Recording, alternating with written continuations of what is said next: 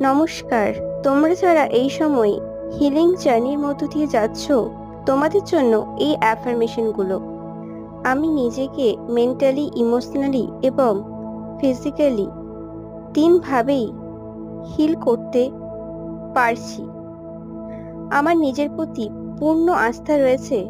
আমি আমার পূর্বে ঘটে যাওয়া সমস্ত দুঃখ কষ্ট থেকে নিজেকে হিল করতে পারবো।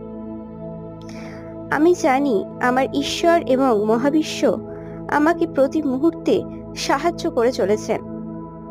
আমার সবকিছু আগের থেকে অনেক বেশি সুন্দর থেকে সুন্দরতর হয়ে উঠেছে।